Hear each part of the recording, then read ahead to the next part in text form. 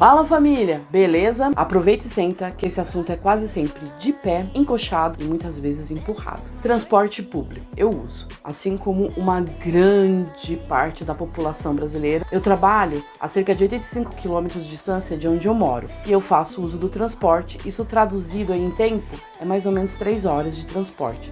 O que nem sempre corresponde com a realidade. Para falar a verdade, a maior parte do tempo não corresponde com a verdade, porque sempre demora mais, sempre onera o tempo. Eu não sei o que aconteceu depois da pandemia, que o transporte ficou mais carregado, mais pessoas. Parece realmente que o home office não fez diferença, porque eu pego o transporte público e continuo sentindo ele muito cheio. Eu acordo por volta das 4 horas da manhã. Até me cuidar e sair de casa é mais ou menos 5h15 da manhã. E eu sempre chego no trabalho depois das 9 horas.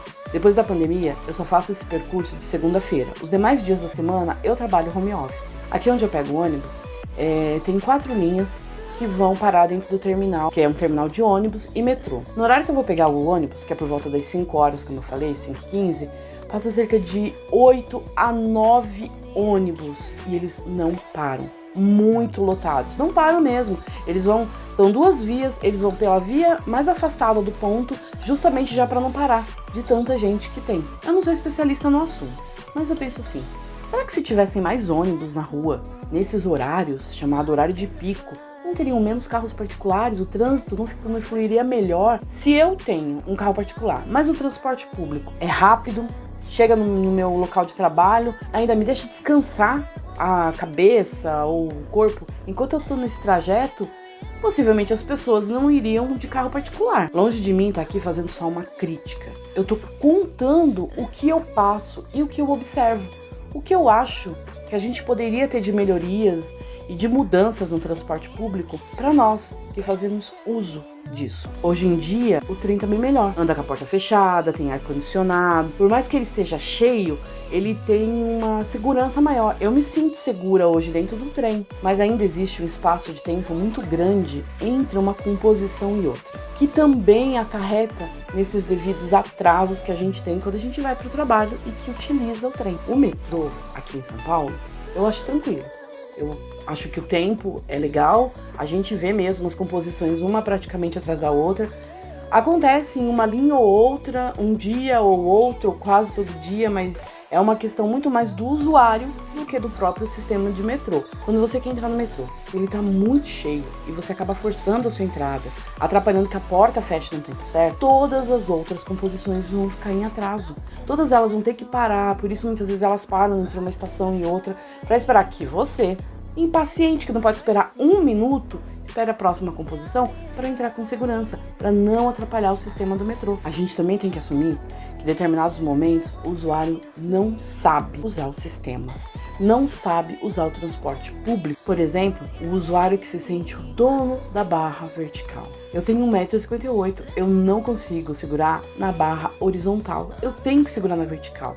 Mas aí eu entro no ônibus e a pessoa tá agarrada, segurando, como se aquilo ali fosse um bote salva-vida. Gente, você que é alto, segura em cima. Dá espaço para os baixinhos encostar perto do banco.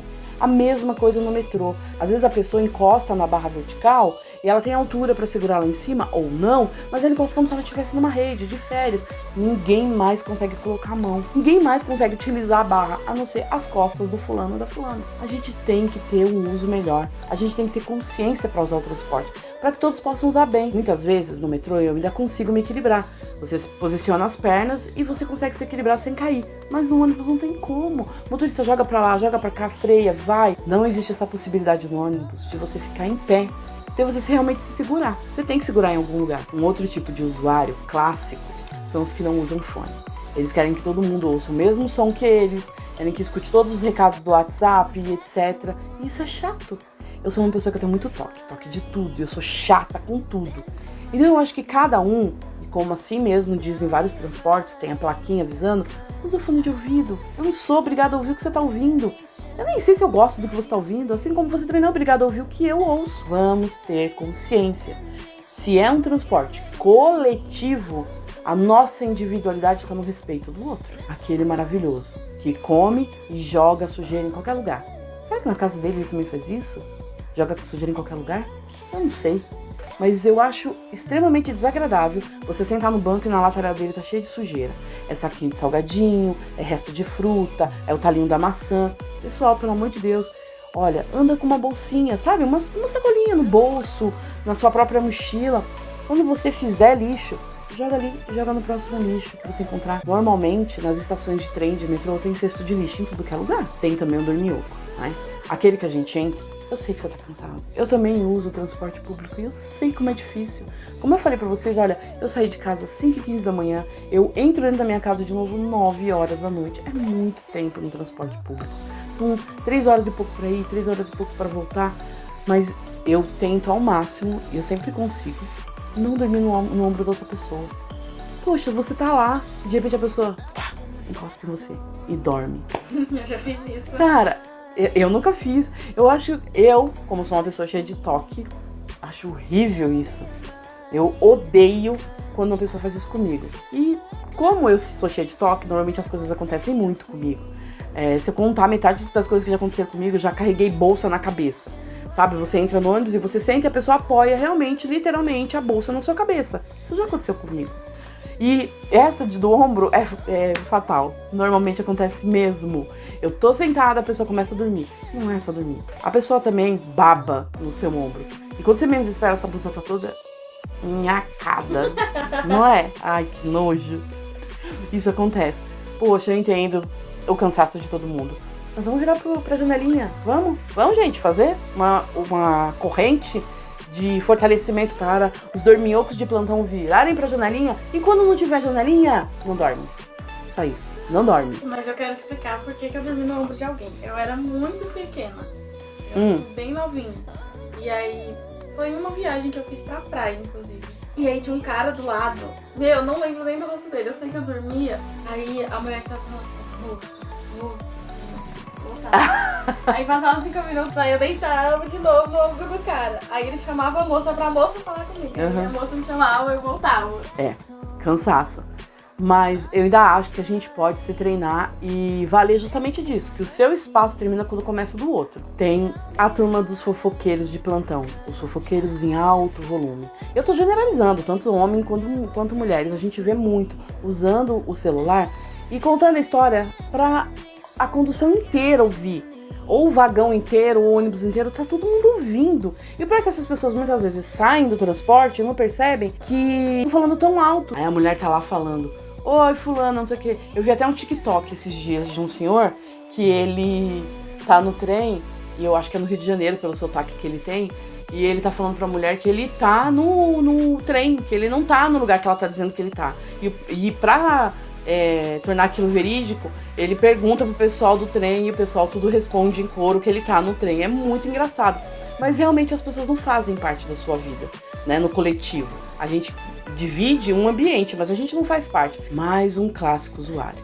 Tanto faz ser num ônibus quanto nas composições de trem ou de metrô. O idoso que já entra reclamando.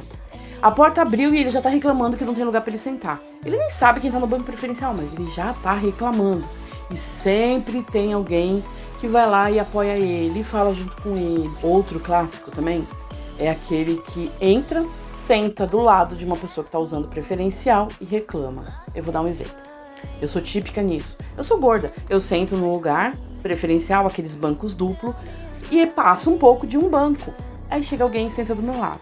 Se a pessoa é magrinha ou se ela é um pouquinho mais gordinha, não interessa, mas ela começa a reclamar. Ela começa a bufar, ela começa a empurrar, ou ela fica de cara feia, ou você se mexe, ela faz assim, ou então ela vai te empurrando para que ela entre no assento normalmente. Se você não é preferencial, ou mesmo que você seja, entenda que a pessoa gorda que tá sentada ali também é preferencial. E se ela tá sentada ali e não cabe você não tem que reclamar, porque ela também tá no direito dela. Eu realmente não sei qual a solução para todos esses problemas, mas existem países que têm um transporte público muito bom. E eu acho que isso se deve porque justamente nesses países os governantes andam de transporte público. Então, por fazer uso, eles entendem que o usuário, porque ele é não podem ser tratados de qualquer jeito. Não podem ser tratados como sardinhas dentro de uma lata toda empilhada. A gente não pode ser enlatado e apertado dentro de um ônibus, de uma composição de trem ou de metrô. A gente precisa de respeito. Mas isso é o meu achismo. Eu não posso mexer em nada porque eu não faço parte de nenhum sistema para modificar isso. O sistema que eu faço parte é o sistema povo. Então, a gente tem que ter uma única coisa: consciência na urna. Eu quero deixar aqui o meu agradecimento e a minha admiração por todos os condutores de transporte público no Brasil, especialmente para os motoristas de ônibus urbano. Por quê? Porque eu fiquei observando eles e os caras cobram a passagem, eles dão troco, eles dirigem, e aí eles abrem as portas, e eles dirigem, e aí eles liberam a catraca, e eles dirigem, e eles tomam um xingo dos usuários, e eles dirigem. Então, muito obrigada a vocês. Família, deixa aqui nos comentários qual tipo de usuário mais te irrita e qual tipo de usuário você é. Deixa o like, ativa o sininho, Se inscreve no canal e compartilha esse vídeo para todos os seus amigos pra gente aumentar essa família. Fica com Deus, um beijo e fui! Se bem que sardinhas de dia vem bem pouquinho na lata, né? As sardinhas estão bem folgadinhas na lata. Não é? A gente não pode mais falar isso, assim como a gente também não pode usar mais a preço de banana, porque banana tá caro pra caramba. Quando que passa avião, helicóptero aqui? Quando a Zanza vai gravar.